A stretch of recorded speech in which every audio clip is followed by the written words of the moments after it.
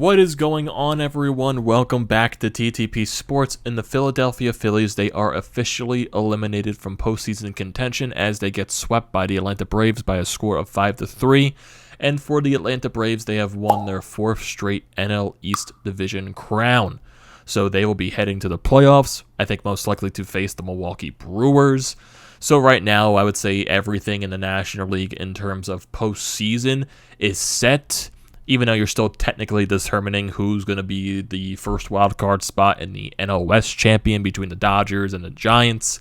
So there's a lot of things that are going to be going through there, but basically the National League postseason race is set. There's still some teams, especially the wild card in the American League, that has to get set because, the Mariners are now starting to creep in, and it's basically that four-team dog race between the Yankees, Red Sox, Mariners, and the Orioles. So that's going to shape for an exciting final weekend of the season for those teams. But for the Phillies, they're going to go fishing in their final three games as they play the Miami Marlins to close out the regular season. And I guess for the hope to try and get their first winning record in over 10 years. But with this loss and this elimination from the postseason, the Phillies are now on a 10-year playoff drought. The last time the Phillies have made the postseason was 2011 when they had 102 wins and they lost in the first round 5 games to the St. Louis Cardinals. That was the last time the Phillies went to the postseason. It's felt like a while. It's been a while. It sucks. It really does. But I feel like the bigger gut punch came yesterday and Tuesday just because of how bad those games were. So basically you were expecting this coming into this game. You knew the Braves were going to win this game. They were going to close it out. The Phillies at this point, they just have no fight left in them. You knew the season was over the past couple of games. You knew that was coming to an end. The ride was over. The team was just done. The team was out of gas. They had no more fight left in them. The Braves played like a team that wanted it more, and the Phillies did not. And it still doesn't make it suck any less, in my opinion. As a fan, you want this team to get back into the playoffs. You want to finally see, for the first time in 10 years now, a red October. Citizens Bank Park sold out for playoff baseball. It's been a while since we've seen it in Philadelphia, and I'm craving it. We're all craving it. It sucks the more and more this team comes up short, and especially this year when they had such a good chance because of how bad the division was, but that's still a bunch of, hindsight everything, because at the end of the day, like we've always said, we knew what this Phillies team was. The Braves, out of every team in this division, they proved they were the best. They had the better trade deadline out of everyone. Every person from that trade deadline contributed. Guys like Jock Peterson, guys like Jorge Soler, guys like Adam Duvall. They had guys that contributed, and they helped that team find a way. They got hot at the right time, and they continue that hot run to controlling the division. And here we are tonight with them clinching the National League East. So it sucks. That's basically what it is. It sucks. But yeah, I knew this team, it is what it is at this point. This team still has a tremendous amount of flaws. Their lineup is flawed. Their pitching is flawed. Their defense is flawed. The bullpen is flawed. There's a lot of things. This entire roster construction is so flawed. And that was one of the biggest problems with the Phillies this season. But I'll get into more of that discussion probably when I do my just recap of this entire Phillies season, because that's probably going to be a big video.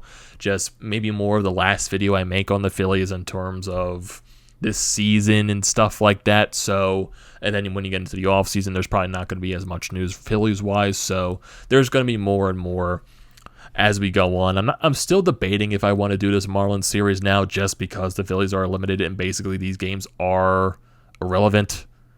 Basically, the Phillies are only playing to try to get to that first winning season for over 10 years.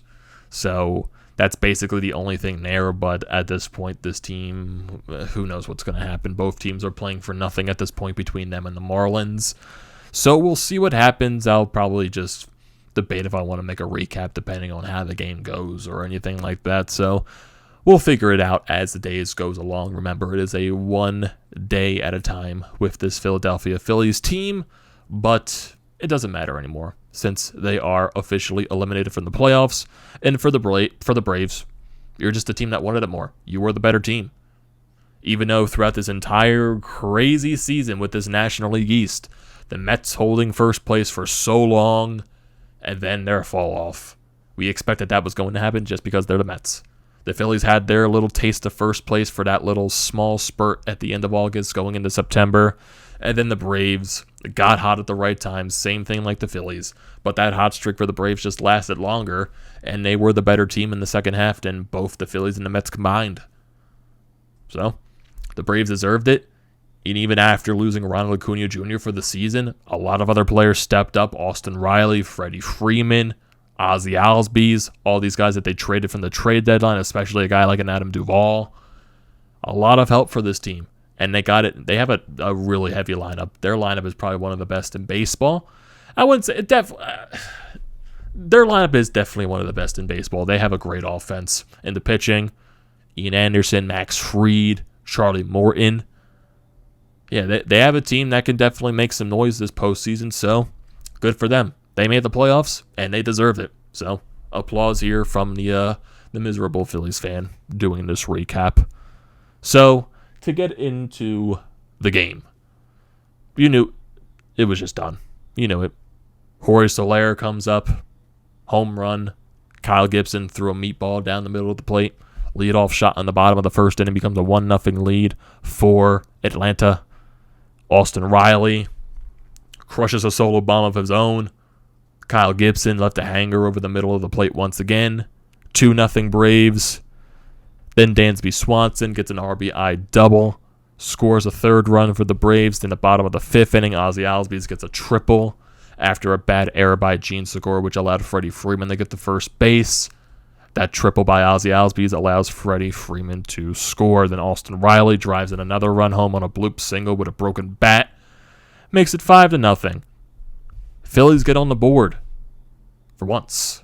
And it's actually on the home run ball. They haven't had a home run in a while since Saturday against the Pittsburgh Pirates. Andrew McCutchen goes deep, 2-run shot.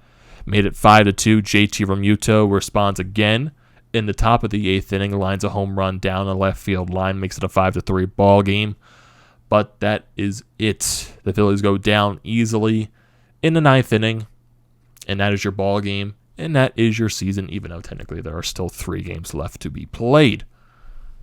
For the box score for the Phillies today, Kyle Gibson, not a good start, bad start. 4 and a third innings, allowed 4 hits, 5 runs, 4 of those were earned, 2 walks, 8 strikeouts, 2 home runs allowed. Connor Brogdon pitched an inning and 2/3, 2 hits allowed, 4 strikeouts. Jose Alvarado pitched an inning. Sam Coonrod pitched an inning in the 8th, struck out 2. And for the lineup, Tupel Herrera in the leadoff spot goes 0 for 4. Gene Segura goes 0 for 4 with 2 strikeouts. Bryce Harper goes 0 for 4. So Bryce Harper goes hitless in this series, and his average drops to .305. And yeah, I'll get into Bryce Harper in a little bit after this video. Not after this video, after the recap of the box score for the lineup. JT Realmuto, he goes 1 for 4 with the solo shot. Brad Miller, he goes 1 for 3 with a walk. Andrew McCutchen, probably the best hitter in tonight, 2 for 3 with 2 RBIs on his 2-run shot. Didi Gregorius, he goes 0 for 4. Ronald Torreyes, he goes 0 for 3 with a walk and a strikeout. Kyle Gibson goes 0 for 2. Alec Boehm had a pinch hit appearance in this ballgame. He went 1 for 1 in the lone pinch hit situation for the Phillies. And in terms of runners in scoring position, the Phillies only had 2 chances, and they went 0 for 2, stranding 5 runners on base. So yeah, another game where the offense doesn't really do much. Again. So if we look at this series combined for the Phillies in terms of total runs, they scored 3 tonight. They scored 2 yesterday. I almost said 7, read it the wrong way. And then they scored 1 run on Tuesday. So they scored a total of a whopping 6 runs during this entire series. And for the Atlanta Braves, they scored 13 runs. 5 runs today, 7 runs last night, and 2 runs on Tuesday. Said 14, right? 13, 14, same difference. Yeah, I can't math. Yeah, I can math. What the hell am I talking about? I passed math in school. Come on here. Come on now. Basic algebra. Basic addition. Braves scored 14 runs. Come on. Oh boy. This Phillies team. What a ride. What an absolute roller coaster, up and down hills, spiral, loop-de-loop. Whatever kind of roller coaster you're thinking about this team, it probably fits every goddamn roller coaster. Interesting season. Definitely an interesting season. So right now, the Phillies, they are currently 81-78 on the season, going into these final 3 games against the Miami Marlins. And if you want to look at pitching matchups for this series, you got tomorrow at 7:10, Ranger Suarez is going to go on the mound against Alcantara. And then Saturday most likely is going to be a bullpen game, I would assume, unless they give one of these younger pitchers like a Medina or anything like that just a chance to, I guess, get some innings in them just to see what they can do. And then Sunday, most likely going to be Zach Wheeler, I would assume so. Who knows if Joe Girardi elects to not start Zach Wheeler that day. He probably will, just to give him his last start of the season. So, and I would assume for this weekend as well, since you are eliminated, I would think the lineups are going to look a lot more different. Seeing guys like Alec Boehm probably get into the starting roles. Guys like Matt Vierling, I think Joe Girardi is probably going to switch the lineup up a little bit since they are officially eliminated. But still, we'll find that out when it happens tomorrow. And the Phillies right now, they are holding the second longest playoff drought in baseball currently, and they are behind the Seattle Mariners as they are in a race for the wild card spot currently in the American League.